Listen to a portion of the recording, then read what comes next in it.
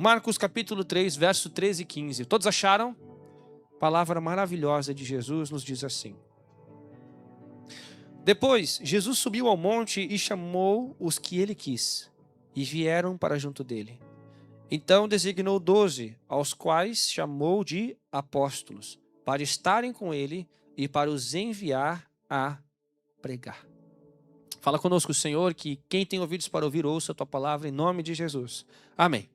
Quando a gente pensa em discipulado, é isso que nós vamos falar nessa noite, quando a gente pensa em discipulado, nós pensamos naquele estudo semanal. Algumas pessoas perguntam, né? A tua igreja tem discipulado? Tem grupos de discipulado? E a gente pensa naquele encontro semanal. Mas discipulado na Bíblia não são só estes grupos, né? Isso faz parte de uma estrutura de discipulado. Mas nós precisamos perguntar a Cristo o que é discipulado. O que é ser discípulo de Jesus? A Escritura é clara quanto à maneira com que Jesus discipula. E nós precisamos aprender a ser discipulados por Jesus. Tem algumas coisas muito interessantes, porque naquela época de Jesus, ser um discipulador era uma coisa. Só que Jesus se apresenta com uma nova forma de discipular. Ser discipulador, ser um mestre, um rabino naquela época, era uma coisa. Jesus ele se apresenta de uma forma um pouco diferente. A gente vai ver rapidamente aqui 7 grandes características, 7 grandes fatores que diferenciam o discipulado de Jesus de outros discipulados. Havia algumas características de Jesus que eram únicas, circunstâncias aqui que fizeram o discipulado de Jesus algo inovador. E eu quero chamar a tua atenção para que a gente possa ver isso. Lá nos evangelhos fica claro algumas frases de Jesus e algumas decisões de Jesus. Fica evidente ali algumas coisas que Jesus falou e fez. E essas coisas revelam que a maneira com que Jesus discipulava, Miriam, era completamente diferente da maneira da época. Não era normal. A maneira com que Jesus discipulava era diferente. Eu vou mostrar para você alguma dessas características na Bíblia. Primeiro, o normal do discipulado, naquela época, das pessoas que iam ingressar na vida de discipulado, sabe como é que era, Derek? Os alunos escolhiam o professor. Eu sei que você tem um carinho por mim e que você já me escolheu para ser teu discipulador. E naquela época era bem assim. A gente escolhia o nosso mestre, era assim que funcionava. Haviam três níveis de discipulado. O primeiro nível era para todos os meninos, de 5 a 10 anos. As meninas também participavam. Dos 5 aos 10, quase ali perto dos 12, era obrigado conhecer o Pentateuco, primeiros 5 livros da Bíblia, também chamado de Torá ou Lei de Moisés. E ali eles decoravam a Lei de Moisés, dos 5 aos 10. O que nós chamamos de período de alfabetização e introdução às 4 operações matemáticas, que é dos 5 aos 10, os judeus entendiam que era o momento onde as crianças tinham que conhecer a Lei de Moisés de cor, de memória, e tinham que recitar todo o ensinamento de Moisés.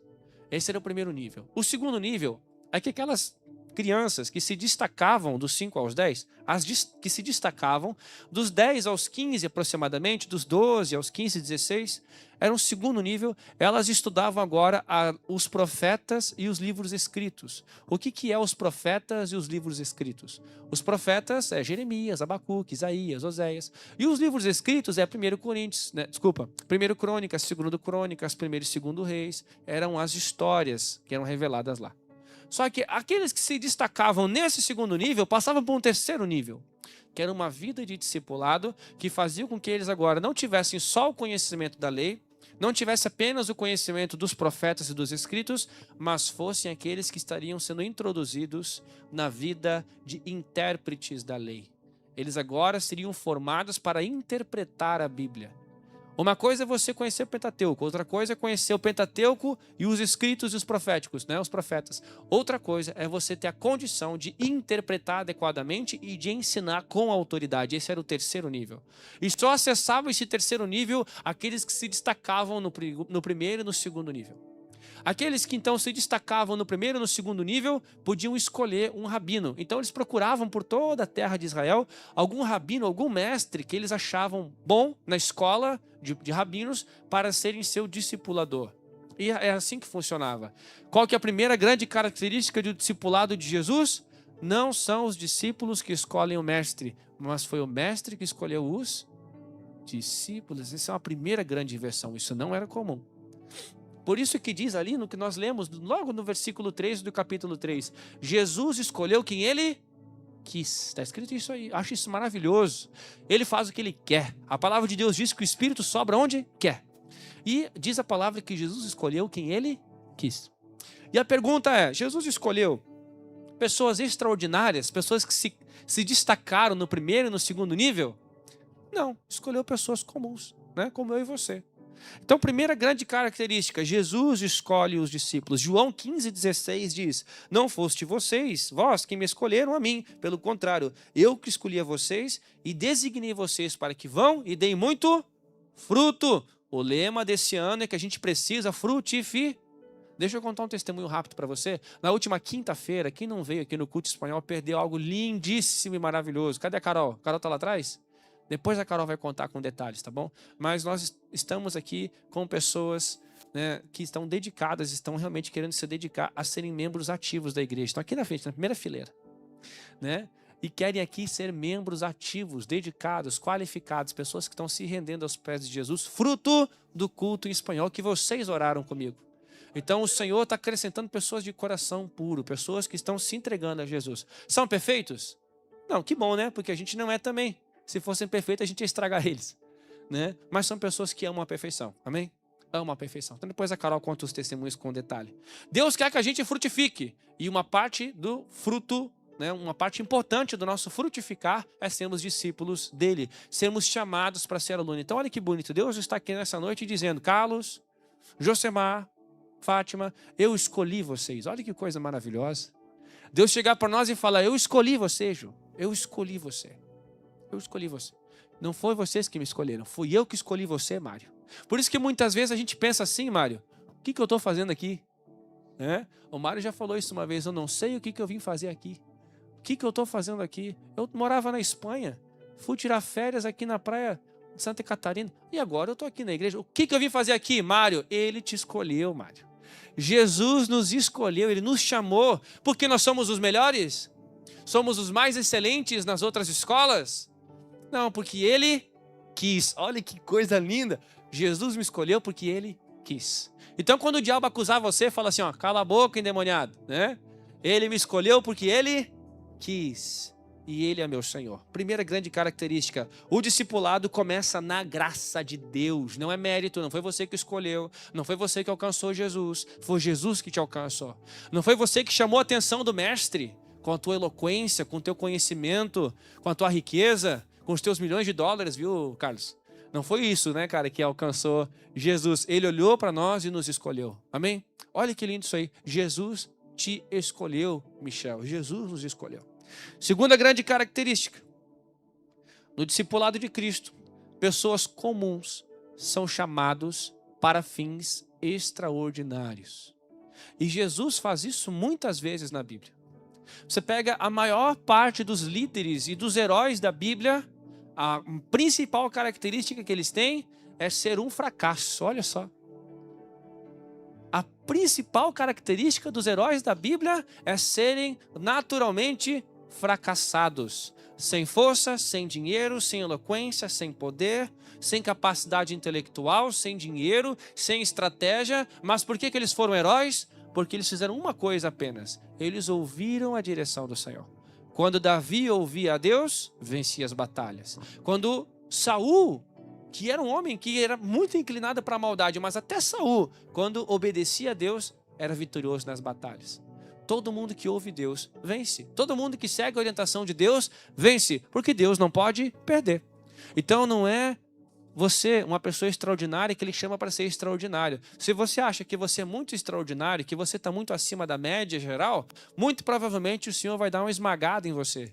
Porque uma coisa que eu aprendi é que Deus só usa pessoas quebradas. E aquele que acha que está inteiro, ele quebra. Por quê? Porque ele não quer que ninguém bata no peito e diga assim, ó, eu fiz. Olha o que diz o salmista. O que é o homem para que dele te lembres? E o filho do homem para que o escutes. Pois, Salmo 51, em iniquidade fui gerado, e em pecado minha mãe me concebeu. Sou um homem pecador. Isaías, ai de mim, porque sou homem pecador. Jó, nu vim para esse mundo e nu sairei desse mundo. Jó ainda disse lá no final, antes eu conheci o Senhor de ouvir falar, mas agora os meus olhos te veem. Então, nós não somos nada, nós não somos ninguém. E isso é a coisa mais bonita que existe. Deus não vai chamar as pessoas extraordinárias para louvarem o seu nome. Ele vai capacitar pessoas corruptas, pessoas pecadoras, vai purificar pessoas com problemas. E isso aqui é maravilhoso, porque o reino de Deus não avança por causa da tua capacidade. Diga comigo para você não esquecer nunca mais disso, porque o diabo gosta de pegar pesado nessa parte com a gente. Diga assim, o reino de Deus não depende da minha capacidade. É para frisar, tá bom? O reino de Deus não depende da tua capacidade. Eu cansei de subir aqui e de pregar coisas maravilhosas de Deus, mesmo sem ter tido tempo de estudar direito, por causa de muita correria, mas eu obedeci. Senhor, o que tu quer falar com aquele povo? Fala sobre discipulado. Tá bom. Conseguiu preparar a pregação como devia? Não consegui, mas vamos embora. Eu preciso fazer, alguém tem que fazer. E eu vou lá. Quanto que eu sei de Bíblia? Sei um pouquinho, não sei tanto assim. Tem algumas pessoas que eu admiro muito. Pastor Hernandes Dias Lopes, por exemplo, eu admiro muito esse homem. Não tenho nada comparado a esse cara, mas eu estou aqui. E Deus sempre me usou. Deus sempre me usou. Olha para mim. Deus sempre me usou. Sempre. Todas as vezes que eu me coloquei à disposição dele, ele me usou. E se você acha que isso é uma coisa que eu estou me exaltando, é o contrário, tá? Ai de mim. Ele sempre me usou. Mesmo eu sendo, muitas vezes, um cara extremamente pecador, quebrado, egoísta, orgulhoso, mas quando eu me coloquei debaixo dele, ele me usou. Sabe por quê? Não porque ele fica me amando o tempo todo, mas porque ele ama as pessoas. E se eu me colocar à disposição dele, ele vai usar o cara mais difícil, do coração mais complicado, da capacidade mais duvidosa, mas se colocar à disposição, ele vai usar. Por quê? Porque isso não mostra a grandeza de quem está se colocando à disposição. Isso mostra a grandeza dele. Um bom exemplo que eu posso dar, uma boa ilustração para isso é o seguinte. Um bom pintor, ele vai ter pincéis de altíssima qualidade, certo? Vai ter tintas de altíssima qualidade e vai ter quadros, né, aquelas telas de altíssima qualidade. Mas um bom pintor, um verdadeiro artista, se tu der para ele ali um souvenir e entregar para ele um pedaço de ramo de palmeira, ele pega aquilo ali e ele faz uma obra de arte, porque ele é bom. Assim somos nós. Pincéis quebrados, alicate sem dente, como o Caio um dia disse que escutou aqui, mas se a gente se colocar à disposição, ele prega com um martelo sem cabeça. Por quê? Porque ele é bom. Porque ele faz acontecer. Porque ele é o manda-chuva. Porque quando ele fala, a terra não pode suportar a sua voz. Porque quando ele ordena, até as montanhas se prostram. Até as montanhas se prostram diante dele. Por quê? Porque tudo se dobra diante da sua majestade. Deus está chamando a gente, mesmo que a gente não esteja pronto, não seja capaz, ele te chamou. Tá bom, Lu? Tá bom? Nos chamou, né, Celina? Então a gente tem dificuldades? Temos. Temos limitações? Temos. Importa? Não importa. O que importa é o que Deus pode fazer. A única coisa que Deus exige de nós é: tá disposto a deixar para trás algumas coisas, a ser moldado, a eu mergulhar você numa tinta souvenir para usar você para pintar uma coisa maravilhosa, a afundar você no fundo do poço para que você resgate pessoas que estão lá no fundo do poço também? Se a resposta for sim, te prepara para ir para o fundo do poço, te prepara para você ir para lugares que você nem imagina, te prepara para você se colocar diante de situações que vão te tirar do conforto, mas situações que você vai ver a glória de Deus fluindo através de você. Tão bonito quanto presenciar o mover de Deus é fazer parte dele. Tão maravilhoso quanto ver, né, Ju? É participar dele. Nossa, só quem participou de verdade do mover de Deus sabe o que é isso. Você imagina a alegria daquele menino que entregou 5 pães e 2 peixes. Pensar que aquela atitude dele alimentou 5.000 homens, sem contar mulheres e crianças. Ele voltou para casa como? Ele não fez nada, ele não multiplicou nada, mas ele colocou o que ele tinha à disposição. E aquilo ali, que para nós é pouco, para Jesus é o suficiente. Então, se ele tivesse colocado pão de queijo mais ali, né? Queijo brie, tivesse colocado, isso tudo seria multiplicado. Não importa o que você tem vai ser multiplicado. Palavra profética de Deus para a nossa vida. Amém? Terceiro, o texto que fala sobre isso, Atos 4,13. Ao verem a intrepidez de Pedro e João. Quem que era Pedro e João? 2 Zé Ruelas. É ninguém, não tinham nada, era um Zé Ruela. A intrepidez deles, os homens viram aquilo e se converteram dos seus maus caminhos. O reino de Deus não avança por causa da tua capacidade. Ele capacita os chamados para o seu reino. Terceira grande característica do discipulado de Jesus, que é completamente diferente ao discipulado, aos discipuladores, os rabinos da época. No discipulado de Cristo, a convivência vem antes da missão. Jesus nos chama para conviver. Marcos 3, olha o que diz ali no que a gente leu. Marcos 3, do 13 em diante. Então Jesus subiu ao monte e os chamou, quem ele quis, e vieram para junto dele, é para estar com ele. Ele designou 12, os quais chamou de apóstolos para estarem com ele. E depois diz o que eles vão fazer. Jesus nos chama para estar com ele. Primeira coisa é isso. Nos chama para estar com ele. Naquela época os rabinos chamavam alguém para aprender. Você vai vir aqui para aprender e para servir. Então era extremamente comum que os alunos da época ficassem servindo os seus discipuladores. Lavavam a louça, lavavam a roupa, ajudavam a segurar ali a folha de bananeira em dia de calor. Os discípulos serviam os seus discipuladores. Jesus diz, antes de você fazer qualquer trabalho, eu quero que você esteja comigo, entendeu? Eu quero que você acorde comigo, eu quero que você durma comigo, eu quero que você coma comigo, eu quero que você respire o ar que eu vou respirar. Então, se eu estiver no deserto, eu vou respirar um ar de poeira, eu quero que você respire um ar de poeira. Se eu for lá para a beira das águas e respirar aquele ar puro das águas, você vai respirar aquele ar. Eu quero que você esteja comigo. Jesus nos chama para estar com ele. Então aquele que pensa que é discípulo de Jesus porque trabalha na igreja, mas não está com ele, eu tenho uma notícia bem chata para você. Você é um péssimo discípulo. Se é que nós somos discípulos. Porque ele nos chamou para estar com ele. Olha o que o Senhor disse, tá? O Deus da palavra, o Deus que falou aqui, isso é maravilhoso. Falei esses dias para o Mário, a coisa mais linda de ler a Bíblia é que você lê a Bíblia na presença do autor, né? Aquele que escreveu está lendo com você. Ele disse através da boca da Ju, eu quero que vocês estejam comigo. Eu quero que vocês leiam diariamente a Bíblia. Vocês ainda não me conhecem. Poxa vida, Jesus. Que palavra difícil, né? Foi uma marretada que a gente tomou aqui. Mas a gente acabou de cantar. A gente foi na aliança. Mas ele revelou aqui que a maior parte da nossa igreja aqui não tem buscado o Senhor diariamente. E eu acredito no que o Senhor fala, tá? Quem aqui, de fato, tem buscado a Deus diariamente, de todo o coração, pode dizer, não, nisso, graças a Deus, todos os dias, eu estou sendo um exemplo, finalmente. Sem nenhum orgulho, com humildade, levante a sua mão. Para ser um exemplo. Isso, glória a Jesus. O Senhor falou, ele estava certo. A grande maioria das pessoas não tem feito isso. Isso não é para rebaixar você diante dos outros. É para que a gente pense. Ele falou, tá bom? Se a gente fosse uma igreja aqui que é água com açúcar, a gente não dava bola para essas coisas, tá bom? Aí eu te recomendo os vídeos do David Leonardo, você assiste, chora, né? Aqui o Senhor fala, nós temos que reagir, amém? Nós temos que reagir. Então se o Senhor falou aqui que a gente tem que buscar mais, o que a gente vai fazer?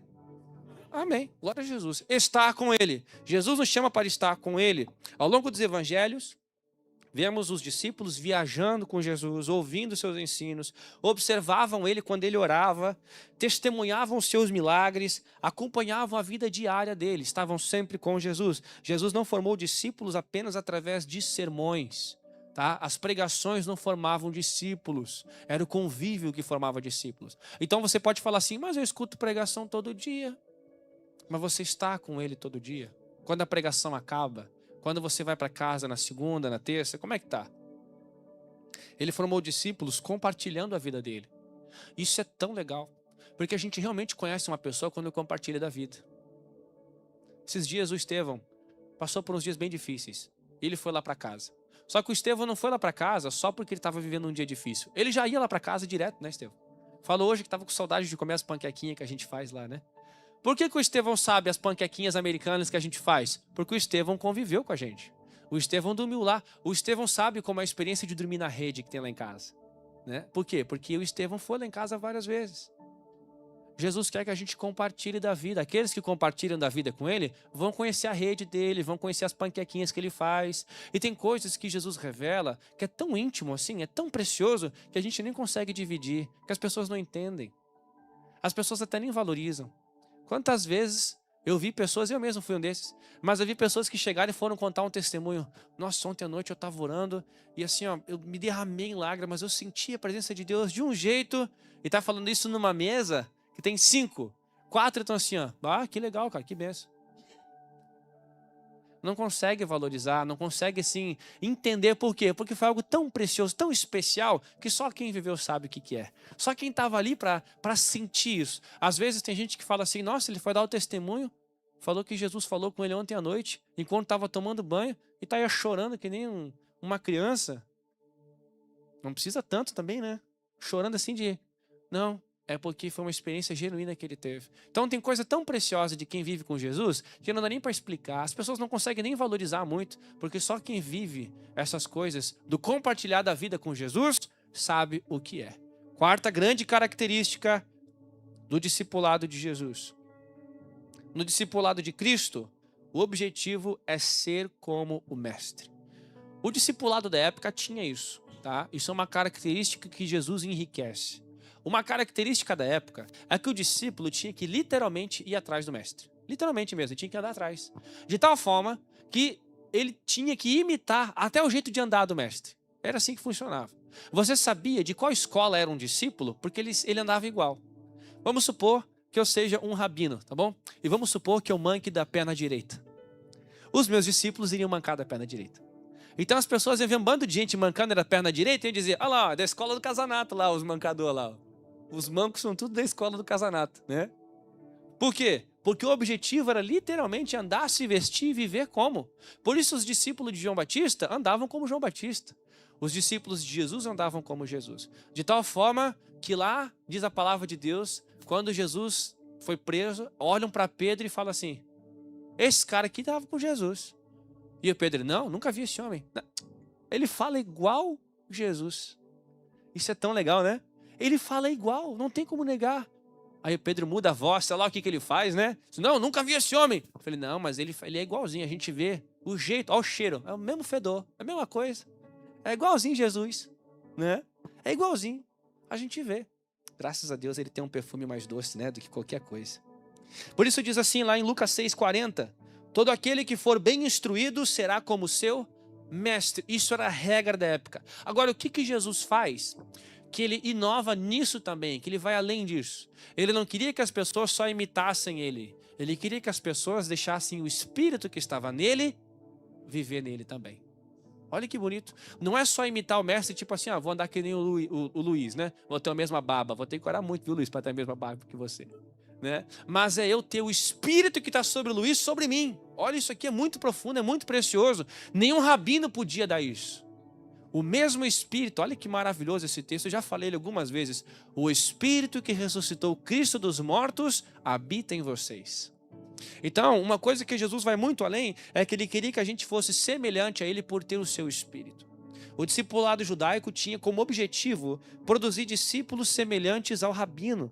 Jesus preserva esse princípio, mas o aprofunda. Seu objetivo não é apenas reproduzir comportamentos externos, mas formar a sua própria imagem e semelhança nas pessoas.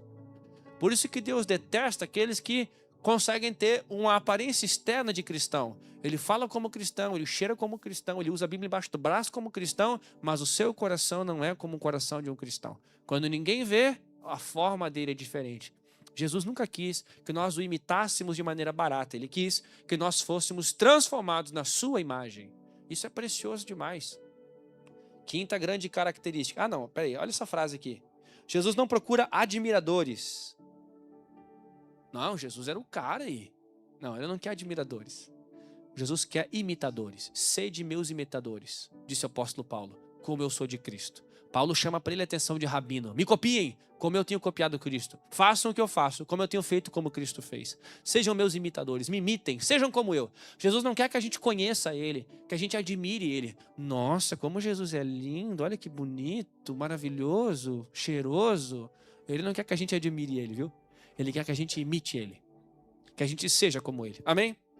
Tá recebendo aí? Quinto objetivo. No discipulado de Cristo, o centro não é uma interpretação, é uma pessoa. Na época judaica, cada rabino tinha sua interpretação. Por isso diz assim, Jesus estava pregando e veio um intérprete da lei e perguntou a Jesus. Já viram essa expressão? Um intérprete da lei. Disse Jesus a Nicodemos: você é mestre em Israel, você é um intérprete da lei, você não entende as coisas que eu falo? Os intérpretes da lei eram os rabinos, eram aquelas pessoas que tinham passado na última escola, certo? E cada rabino tinha sua interpretação. Os fariseus tinham uma interpretação. Os saduceus tinham outra interpretação. Os essênios tinham outra interpretação. O que é esses nomes estranhos aí? São nomes de grupos de judeus, cada um com a sua interpretação da Escritura. Jesus ele se levanta como mais um rabino, mas não como um rabino igual aos outros. Porque Jesus não fala assim, ó, vou dar a vocês a minha interpretação. Ele fala, a minha verdade eu vos dou. Só ele tem a verdade. O resto é interpretação, mas o que ele fala é verdade.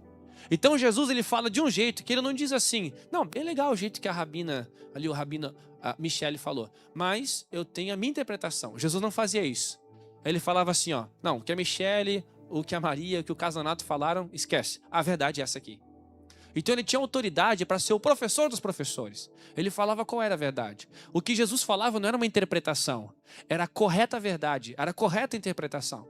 E isso é uma grande característica. A interpretação de Jesus não é o centro do seu discipulado. A pessoa dele é o centro do discipulado. Por isso que ele fala em João 14,6. Eu sou o caminho, eu sou a verdade e eu sou a... Nenhum rabino pode falar isso. Nenhum profeta pode falar isso. Porque o rabino interpreta. O profeta aponta. A verdade, de verdade, que é o caminho, a verdade, ela é uma coisa que o rabino estuda e é uma coisa que o profeta aponta. Mas quando Jesus diz, eu sou a verdade, ele fala que a razão de todas as coisas se tornou uma pessoa e habitou entre nós. Por isso que João capítulo 1 diz, no princípio era o conhecimento da verdade, era o Logos. Era a certeza de todas as coisas, era a sabedoria divina, era a razão de todas as coisas. E essa coisa era Deus.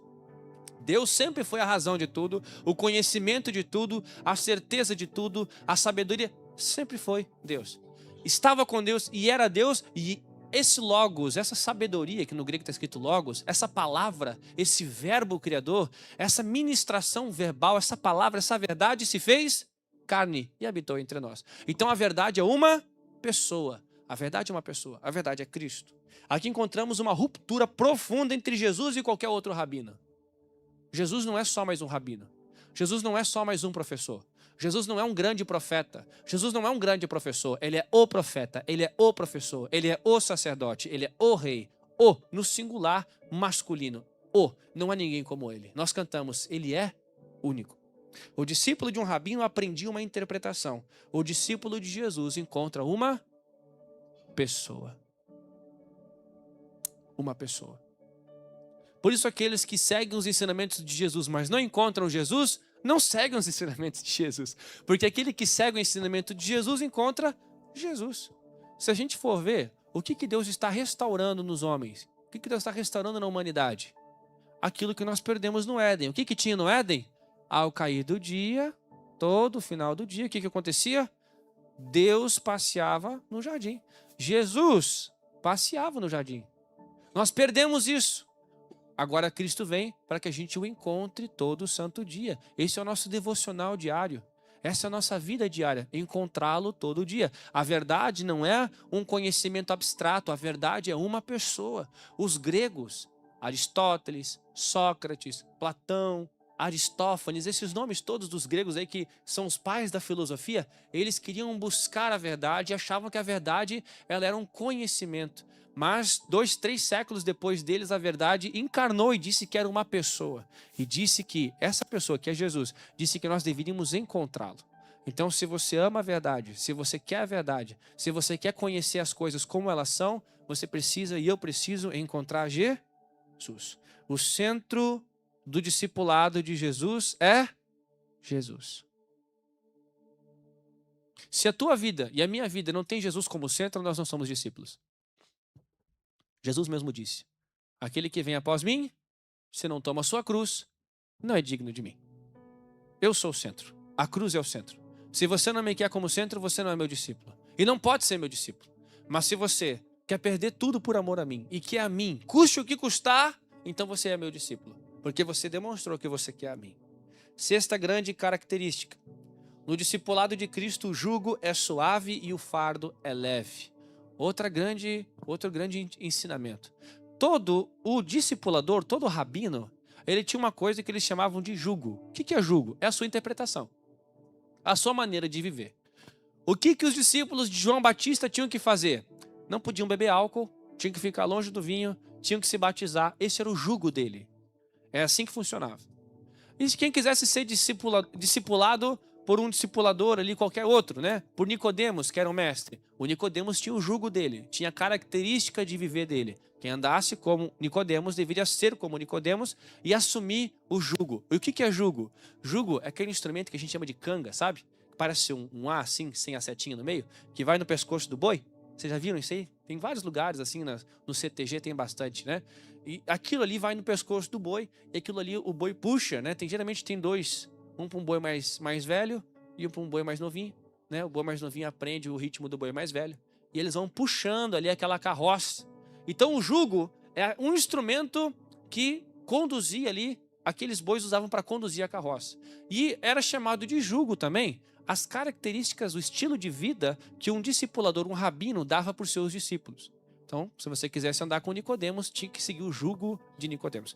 E Jesus diz, aprenda de mim, porque meu jugo é leve, suave, né? E eu sou manso e humilde de coração. Aprenda de mim, porque meu jugo é leve. O que ele está falando? A minha maneira de andar, a minha maneira de viver é leve.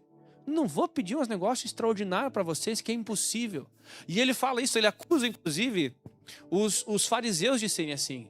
Eles dizem, vocês julgam as pessoas. O jugo de vocês é pesado. E vocês oprimem as pessoas de tal forma que não ajudam elas a andarem e ainda sentam no caminho. É difícil. Qualquer coisa que alguém faz, pecou. Tocou no morto? Impuro. Ih, falou um palavrão? Impuro. A mulher teve o período de menstruação? Impura. O cara tocou numa mulher que tocou numa pessoa que tocou num cadáver. Todo mundo impuro. Era assim que os fariseus conduziam tudo. Jesus diz, tá impuro? Pediu perdão? Tá santificado. Vai, não peques mais. Ó, Deus te abençoe. O fardo dele é leve. O jugo dele é suave. O jugo é suave. O problema é que o mundo inverte. O mundo fala que seguir Jesus é pesado. É difícil. Sabe o que é difícil? É viver uma vida sem Jesus. Ouvindo música podre, assistindo filme que não presta, enchendo a cara de bebida, fumando um monte de porcaria, sendo escravo da porcaria do Instagram. Isso é pesado. Isso é horrível. Isso acaba com você. O álcool destrói tua família. As drogas destroem tua saúde e a tua família. O vício no celular destrói teu cérebro. Você vai emburrecendo e vai perdendo tempo. Você vai se tornando uma pessoa burra, porque você não está estudando mais nada. Não está servindo para nada. A pessoa que está vivendo conforme o curso desse mundo, escuta um monte de música lixo, um monte de música que ou é sofrência ou é pornografia escutada. A pessoa cresce achando que é normal sofrer por um falso amor. E isso gera uma cultura que nós temos aqui. É só ver aqui em volta da igreja. A cultura que se tem é que está tudo bem trair. Como diz uma música, né? Trair sim, e trairia de novo. Meu Jesus, é a música do Judas. É o louvor que o Judas canta, né? As pessoas que escutam essa coisa, que tipo de pensamentos elas terão? Isso é pesado, isso é escravidão. Agora cantar, eu te louvarei, Senhor, de todo o meu coração. Isso é maravilhoso. Para que vocês querem cantar mais que eu sei. Isso é leve, isso é maravilhoso. O que ele pede? Seja honesto. Tem custo? Tem custo, mas é leve. Seja verdadeiro. Tem custo? Tem, mas é leve. É melhor do que ser pego na mentira. Então o fardo dele é leve. Os rabinos possuíam seu jugo, isso é, sua forma de interpretar e aplicar a lei. Jesus também possui um jugo, mas seu jugo é diferente. Ele fala, tomai sobre vós o meu jugo e aprendei de mim, porque sou manso e humilde de coração. E achareis descanso para a vossa alma, porque o meu jugo é suave e o meu fardo é leve. Mateus 11, 29 e 30. Isso não significa ausência de peso, só fala que é leve. Ausência de compromisso. Tem compromisso sim, tudo que é bom tem que ter compromisso, mas é um compromisso leve. Como diz o salmista, teus mandamentos são bons, não são tão difíceis assim. Teus mandamentos são maravilhosos, são poderosos. Resumindo, o amor de Deus e o amor do próximo, esse é o jugo de Cristo. Ame a Deus e ame o teu próximo, esse é o teu jugo, tá? É um jugo suave, é um jugo leve, é um compromisso que exige, mas é bem melhor do que qualquer outra coisa. E sétima e última grande característica que eu destaquei, tá? Pode ter infinitas, eu só separei 7. Por que 7? porque eu só achei 7, tá? Alguns pensam que de repente deve ter algum significado. Não, eu achei 7, tá? No discipulado de Cristo, a autoridade é demonstrada pelo serviço. Sabe como é que se descobre, naquela época, como é que se descobriria o tamanho de um rabino? Pela quantidade de seguidores e o que esses seguidores faziam. Deixa eu te ensinar uma coisa aqui que vai mudar a tua maneira de interpretar o Novo Testamento. Presta atenção. Naquela época do Império Romano, e até um pouco antes ali, o que significa Império Romano? Todo o Novo Testamento. Todo o Novo Testamento funcionava, a sociedade funcionava de uma forma. Existiam os patronos, como os patrões, e os clientes. Como é que funcionava isso? Não tem nada a ver com o que a gente entende como patrão e cliente hoje aí. Significa as pessoas que podem pagar por um serviço e as pessoas que fazem esse serviço porque não podem pagar. É assim que funcionava. Então, uma pessoa que tinha lá, uma pessoa responsável por cuidar só do pet dele, né? O pug lá do imperador, né? Cuidava lá do pug, tinha uma pessoa só para isso. Tinha outra pessoa responsável só por abanar ele. Uma outra pessoa responsável só por ajustar suas finanças. Uma outra pessoa responsável só para adquirir matéria-prima para fazer roupa para sua esposa. Quanto mais funcionários, mais clientes ele tinha, mais patrão ele era. Então, quanto mais pessoas abaixo de você te servindo, mais poderoso você era. Então, um grande rabino, ele teria que ter muitas pessoas servindo ele. Muitas pessoas abaixo dele fariam dele um grande rabino. Jesus escolhe 12 e lava os pés deles. Quem que é o cliente e quem que é o patrão aqui? O certo era os rabinos chegarem nos lugares para falar. Deixa eu fazer uma encenação aqui, já que nós estamos aqui, né? Presta atenção aqui, ó. Os rabinos pregavam sentados. Então os rabinos chegavam no lugar, ele só fazia assim, ó. E alguém vinha tirar meu casaco. Vamos fazer essa encenação? Vem cá, Raquel. Tira meu casaco. Olha aí, cara, tô chique hoje. Vou pregar. Só que eu vim andando, obrigado, Raquel. A minha escrava, Deus te abençoe. Aí, obrigado, pode levar, Raquel. A Raquel vai levar para lavar ali, né, para um outro cliente. Aí eu sento aqui, né, e agora vem um outro escravo aqui, né, vem um outro aluno meu. Obrigado, Raquel, Deus te abençoe. A Raquel é livre, não está nada de escravo. E aí vem outro aqui e lava meu pé. Por quê? Porque eu vim cansado de viagem. Alguém lava minhas mãos, me serve uma bebida e eu falo aqui, bom, vou ensinar vocês aqui a grande interpretação da Bíblia. Atenção, escutem, escravos, burros inúteis, prestem atenção.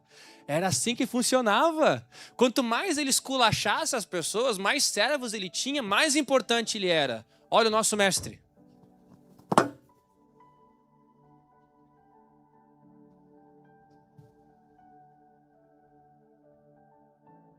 O nosso mestre lavou os garrão do Pedro. Um homem cheio de dificuldade, cheio de problema, do João, lavou os pés deles.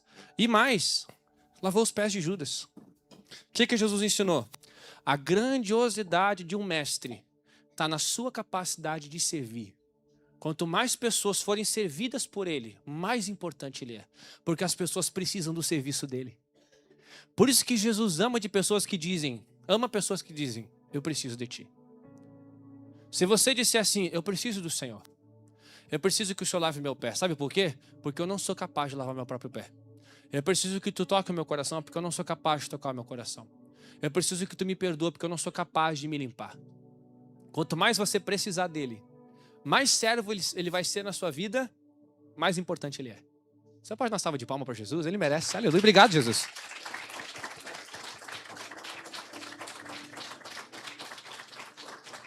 Marcos 10, 45. Pois o Filho do Homem não veio para ser servido, mas para servir e dar a sua vida em resgate por muitos. Esse é o nosso mestre. Só que disse Jesus, se o mestre, que sou eu, que estou acima de vocês, lava os pés, vocês não podem estar acima de mim, exigindo que lavem os pés de vocês. Então assim como eu fiz, façam vocês também.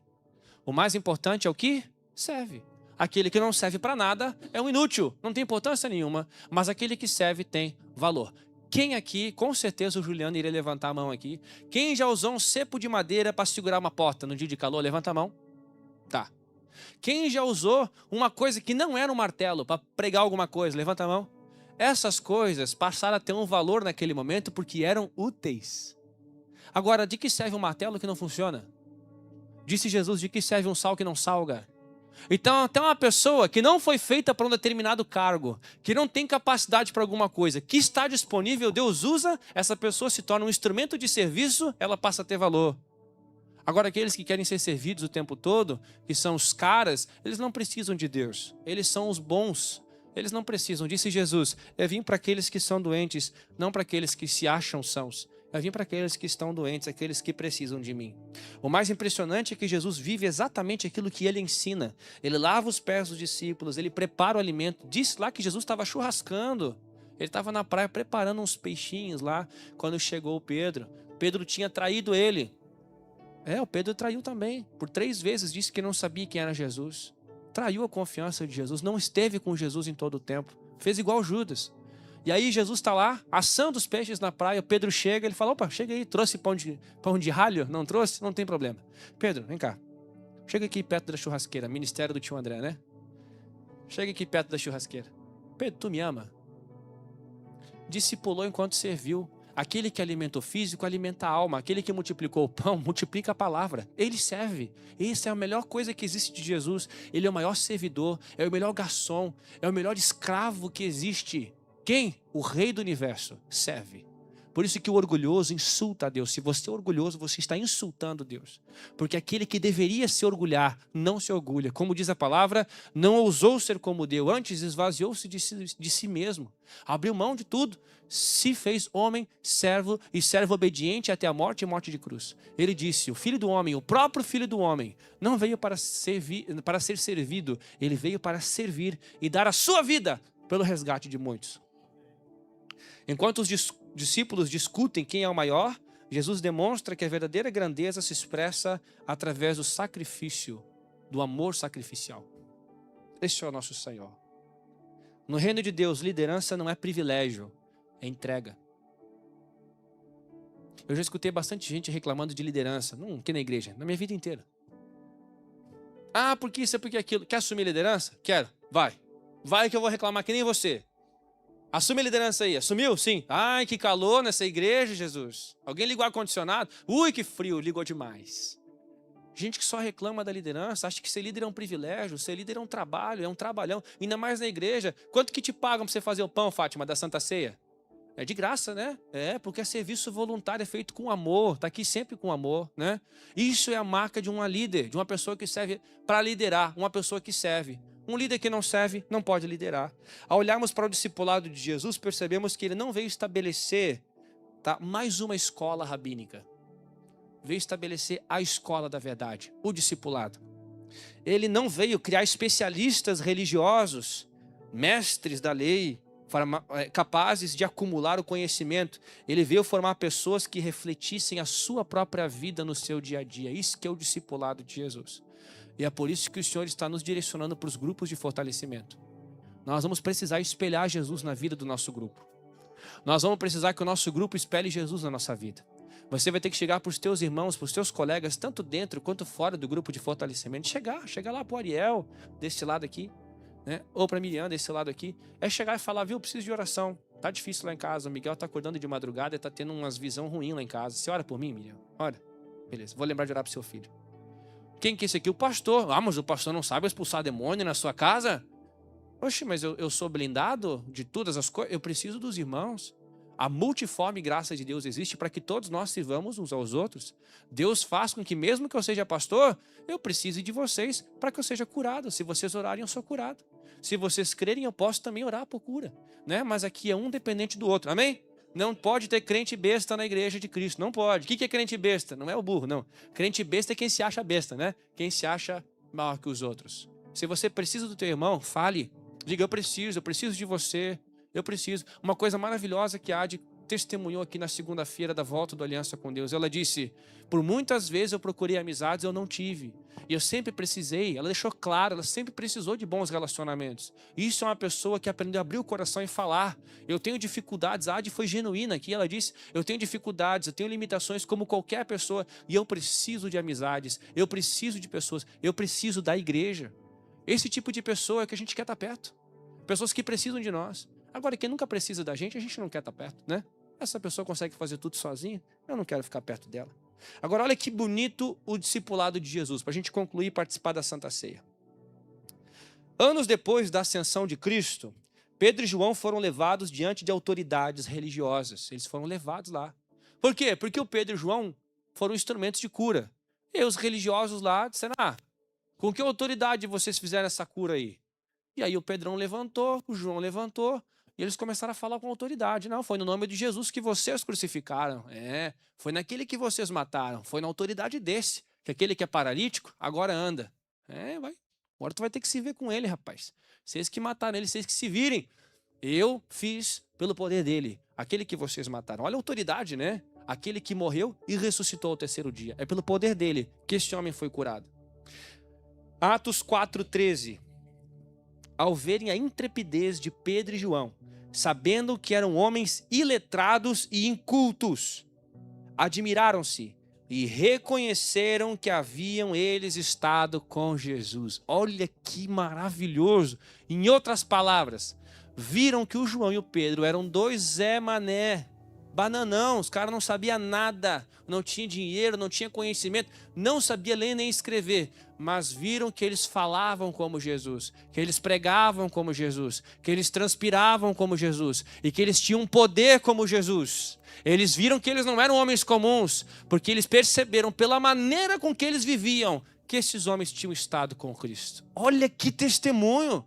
Que assim seja em nome de Jesus sobre nós. Nós precisamos ser assim. Quando a gente passe pelos lugares, as pessoas dizem: essa pessoa esteve com Jesus.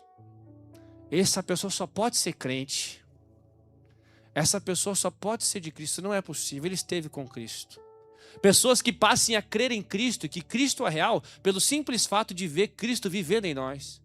Por que você crê em Cristo, Marcos? Olha, eu passei a crer em Cristo, não porque eu vi Cristo, mas é porque eu vi Cristo na vida do Eliseu. Ficou inegável. Eu conheci o Eliseu antes e conheci o Eliseu depois. E está inegável, não tem como negar que Cristo mora no Eliseu, não tem como. É por isso que eu creio em Cristo, porque Cristo mora no Eliseu. É isso, né, Eliseu, que Deus quer que a gente seja. Ele fala, vocês vão testemunhar. E se vocês forem um, como eu e o Pai somos um, o mundo inteiro crerá que o Pai me enviou. Olha isso aí. O problema é o quê? Tem muito crente que briga, né? Que traz dissensão. Eu nunca vi uma empresa para ter tanta divisão quanto a igreja. A empresa que mais racha é a igreja. Eu queria ver fusão de igreja. Não é difícil ter fusão, é só divisão.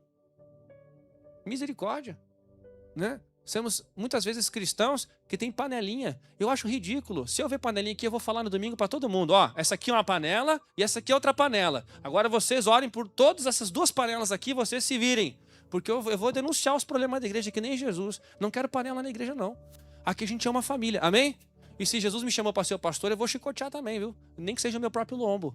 Mas a gente nasceu para ser igreja de Jesus. Para a gente testemunhar Jesus. O Espírito que ressuscitou o Cristo dos mortos habita em nós. E na força do Espírito Santo nós proclamaremos aqui o quê? Que nós pagaremos o preço de sermos um só coração no Senhor. E que preço que é esse? Um fardo leve e um jugo manso, um jugo leve, um jugo suave. Esse é o nosso Deus. Amém? A coragem deles, de Pedro e João, lembrava Jesus. As frases lembravam Jesus. A maneira de falar lembrava Jesus. Eles eram igual a Jesus, eram umas cópias de Jesus. Os caras eram Ctrl-C, Ctrl-V de Jesus. Era cópia de Cristo. Sua compaixão lembrava Jesus, a sua vida lembrava Jesus. Esse é o verdadeiro propósito do discipulado. O discipulado não termina quando alguém conclui um curso. Presta atenção. Teu discipulado não termina quando você conclui um curso. Não é assim. Não termina quando alguém assume um cargo. Virou pastor, acabou o discipulado, né? Me formei em Bíblia, né? Me formei em ser crente, não há mais nada a aprender. Não existe isso. Não termina quando alguém aprende uma doutrina. O discipulado alcança o seu propósito quando as pessoas começam a enxergar Cristo em nós. Que em nome de Jesus isso gere temor em nós. As pessoas precisam ver Cristo em nós. Nas escolas metodistas, nos últimos 30 anos, enxergaram Cristo? Nas igrejas, nos nossos cultos, enxergaram Cristo? Nossos bispos demonstraram Cristo?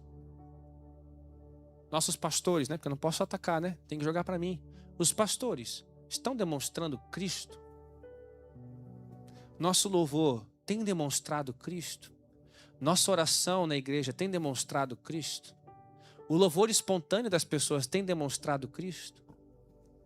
Agora eu vou te falar uma coisa maravilhosa e você vai sair daqui pentecostal.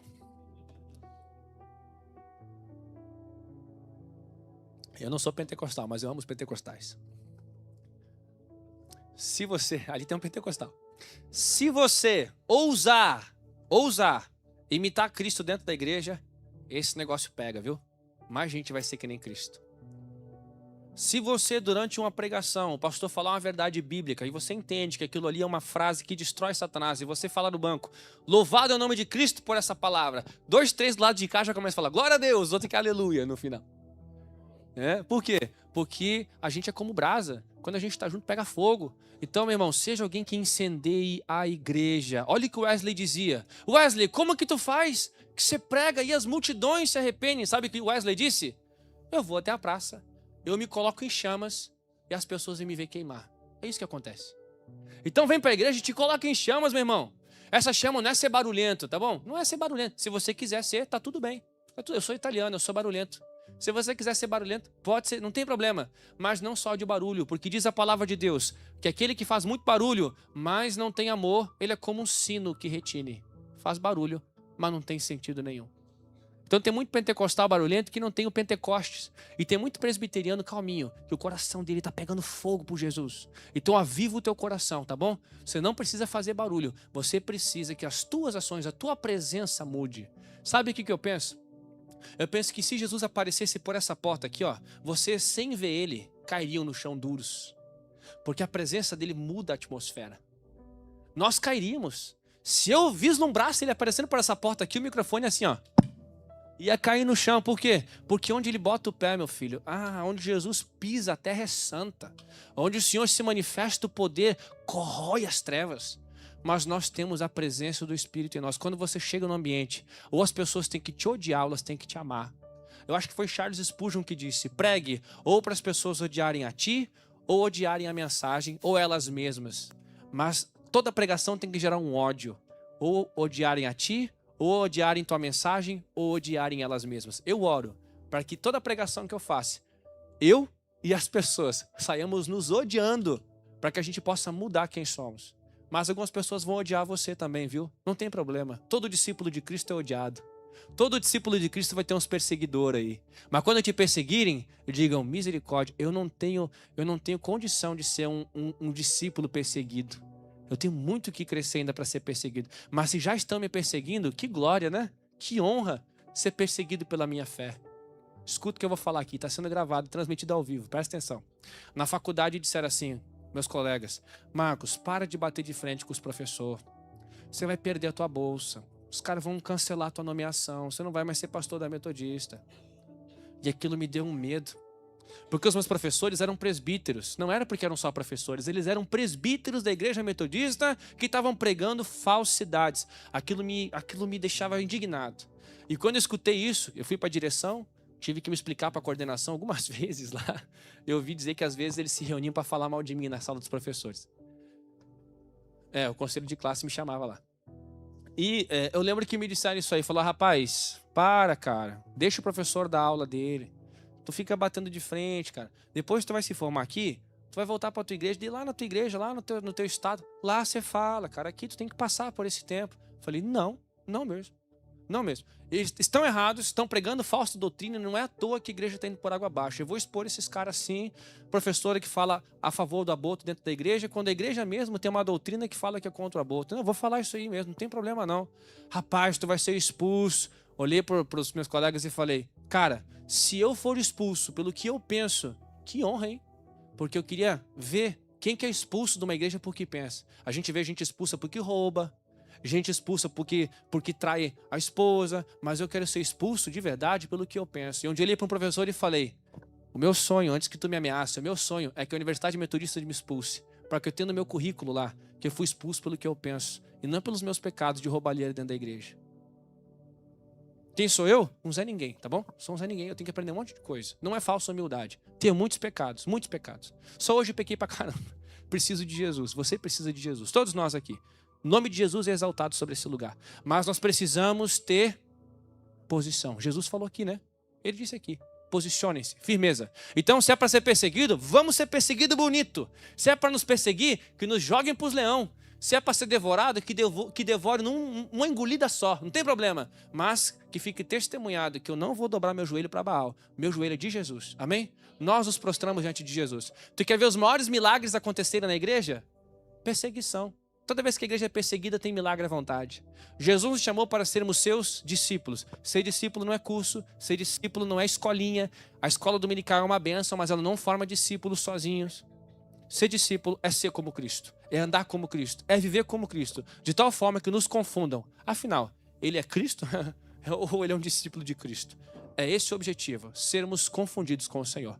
Mas sempre dar honra, glória e louvor a Ele. Amém? Te coloca em pé, vamos louvar o Senhor e